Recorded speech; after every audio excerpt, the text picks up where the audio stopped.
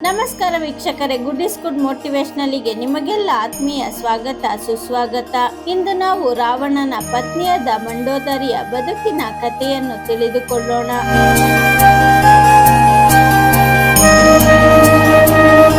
ರಾವಣರ ಯುದ್ಧದಲ್ಲಿ ರಾವಣ ಸಾಯುತ್ತಾನೆ. ರಾವಣನಿಲ್ಲದೆ ಮಂಡೋದರಿಯ ಬದುಕು ಏನಾಗುತ್ತದೆ? ಮಂಡೋದರಿ ಪ್ರಾತಸ್ಮರಣೀಯರಾದ ಪಂಚಕನ್ಯರಲ್ಲಿ ಒಬ್ಬಳು. ನಮ್ಮ ಬದುಕಿನ ಪ್ರತಿಯೊಂದು ಘಟನಾವಳಿಗಳು ಎರಡು ಮಗ್ಗುಲಿನಿಂದ ಕೂಡಿರುತ್ತವೆ. ಮೊದಲನೆಯದಲ್ಲಿ ಸಂಕಷ್ಟವಿದ್ದರೆ ಮತ್ತೊಂದರಲ್ಲಿ ಸಂತೋಷವಿರುತ್ತದೆ. ರಾವಣನ ಪತ್ನಿಯಾಗಿ ಮಂಡೋದರಿ ಸ್ವರ್ಣಲಂಕೆಯ ಮಹಾರಾಣಿಯಾಗಿದ್ದಳು. ಕಥೆಯೊಂದರಂತೆ ಮಧುರ ಎಂಬ ಅಪ್ಸರೆ ಪಾರ್ವತಿ ಇಲ್ಲದ ಸಮಯದಲ್ಲಿ ಕೈಲಾಸ ಪರ್ವತಕ್ಕೆ ಭೇಟಿ ಕೊಡುತ್ತಾಳೆ. ಶಿವನನ್ನೇ ನೋಡುತ್ತಾ ಕೂತಿರುತ್ತಾಳೆ. ಅದೇ ಸಮಯಕ್ಕೆ ಬಂದ ಪಾರ್ವತಿ ಈ ದೃಶ್ಯವನ್ನು ಕಂಡು ಕೋಪಗೊಂಡು ಮಧುರ ಅಪ್ಸರೆಯನ್ನು ಶಪಿಸುತ್ತಾಳೆ. ಪಾರ್ವತಿಯ ಶಾಪದ ಕಾರಣ ಮಧುರ ಕಪ್ಪೆಯಾಗಿ ಬದಲಾಗುತ್ತಾಳೆ. ಶಿವನ ಅನುಜ್ಞೆಯಂತೆ ಪಾರ್ವತಿ ಮಧುರಳ ಶಾಪದ ಅವಧಿಯನ್ನು 12 ವರ್ಷಕ್ಕೆ ಸೀಮಿತಗೊಳಿಸುತ್ತಾಳೆ. 12 ವರ್ಷಗಳ ಸುದೀರ್ಘ ತಪಸ್ಸಿನ ನಂತರ ನಿನ್ನ ಶಾಪ ವಿಮೋಚನೆ ಆಗುತ್ತದೆ ಎನ್ನುತ್ತಾಳೆ. ಶಾಪ ವಿಮೋಚನೆಯ ನಂತರ ಅಪ್ಸರೆ ಮಧುರಾಳೆ ಮಂಡೋದರಿಯಾಗಿ ಬದಲಾಗುತ್ತಾಳೆ.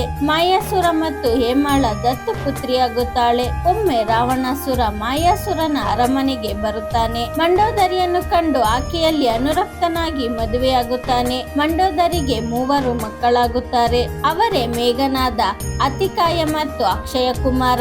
ರಾವಣ ಸೀತೆಯನ್ನು ಅಪಹರಿಸಿ ಲಂಕೆಗೆ ಕರೆತಂದಾಗ ಮಂಡೋದರಿ ಬುದ್ಧಿ ಹೇಳುತ್ತಾಳೆ. ಪರಸ್ತ್ರೀ ವ್ಯಾಮೋಹ ಸಲ್ಲದು ಎಂದು ತಿಳಿ ಹೇಳುತ್ತಾಳೆ. ದುರುಳ ರಾವಣ ಮಂಡೋದರಿಯ ಮಾತು ಕೇಳದೆ ತನ್ನ ಅಪಾಯವನ್ನು ತಾನೇ ತಂದುಕೊಳ್ಳುತ್ತಾನೆ. ಯುದ್ಧ ನಂತರ ಮಂಡೋದರಿ ರಣಭೂಮಿಗೆ ಭೇಟಿ ಕೊಡುತ್ತಾಳೆ. ಯುದ್ಧ ಭೂಮಿಯಲ್ಲಿ ಮೃತಗಂಡ ಮಕ್ಕಳ ಶವವನ್ನು ನೋಡಿ ಆಕ್ರಂದನಗೈಯುತ್ತಾಳೆ. ಆದರೆ ಆಕೆಗೆ ರಾಮ ಸಾಮಾನ್ಯ ಮನುಷ್ಯನಲ್ಲ, ಸಾಕ್ಷಾತ್ ಮಹಾವಿಷ್ಣುವಿನ ಅವತಾರ ಎಂಬುದು ತಿಳಿಯುತ್ತದೆ.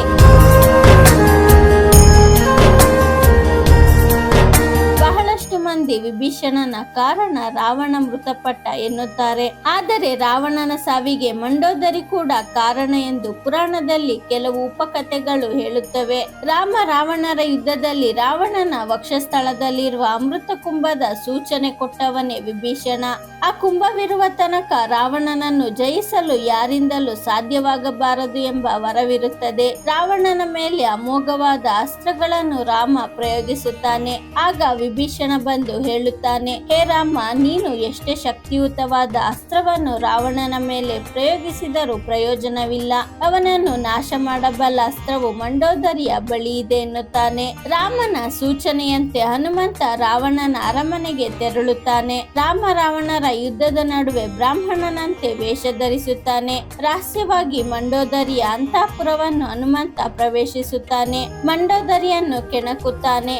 ಉಪಾಯವಾಗಿ ಆಕೆಯ ಬಳಿ ಇರುವ ಅಸ್ತ್ರವನ್ನು ತನ್ನ ವಶಪಡಿಸಿಕೊಳ್ಳುತ್ತಾನೆ. ಇನ್ನೇನು ಹನುಮಂತ ಅಂತಃಪುರದಿಂದ ಆರಬೇಕು ಎನ್ನುವಷ್ಟರಲ್ಲಿ ಮಂಡೋದರಿಗೆ ವಿಷಯ ತಿಳಿಯುತ್ತದೆ. ಅಷ್ಟು ಹೊತ್ತಿಗಾಗಲೇ ಹನುಮಂತ ರಣಭೂಮಿಯತ್ತ ತೆರಳಿರುತ್ತಾನೆ. ಹನುಮನಿತ ಅಸ್ತ್ರದ ಸಹಾಯದಿಂದ ರಾಮ ರಾವಣನನ್ನು ಸಂಹರಿಸುತ್ತಾನೆ. ತನ್ನ ಪತಿಯ ಮೃತದೇಹವನ್ನು ಕಂಡ ಮಂಡೋದರಿ ಕೋಪಾವೇಶದಿಂದ ಶಾಪವನ್ನು ನೀಡುತ್ತಾಳೆ. ಯಾರು ನನ್ನಿಂದ ಉಪಾಯವಾಗಿ ಅಸ್ತ್ರವನ್ನು ಸಂಪಾದಿಸಿದರೋ ಅವರು ನಿನ್ನಿಂದ ದೂರವಾಗಲಿ. ನನ್ನ ಈ ದಿನದ ಪರಿಸ್ಥಿತಿಯಂತೆಯೇ ಈಗ ನಾನು ದುಃಖದ ಮಡುವಿನಲ್ಲಿದ್ದೇನೆಯೋ ಹಾಗೆಯೇ ಅವರು ಸಹ ದುಃಖದಲ್ಲಿ ಮುಳುಗುವಂತಾಗಲಿ. ಮಂಡೋದರಿಯ ಶಾಪದಂತೆ ಮುಂದೆ ರಾಮನಿಂದ ಆಂಜನೇಯ ಬೇರ್ಪಡುತ್ತಾನೆ. ಮಂಡೋದರಿ ರಾಕ್ಷಸ ರಾವಣನ ಹೆಂಡತಿಯಾದರೂ ಅವಳು ತನ್ನ ಸತ್ಕರ್ಮಗಳಿಂದ ಗಳಿಸಿದ ಪುಣ್ಯದಿಂದ ಅವಳ ಶಾಪವು ಫಲಿಸುವಂತಾಯಿತು. ಯಾರನ್ನಾದರೂ ನೋಯಿಸುವ ಮುಂಚೆ 100 ಬಾರಿ ಯೋಚಿಸಿ ಆದಷ್ಟು ಒಳ್ಳೆಯ ಕೆಲಸಗಳನ್ನು ಮಾಡುತ್ತಾ ಎಲ್ಲರಿಂದ ಶುಭ ಹಾರೈಕೆಗಳನ್ನು ಪಡೆದು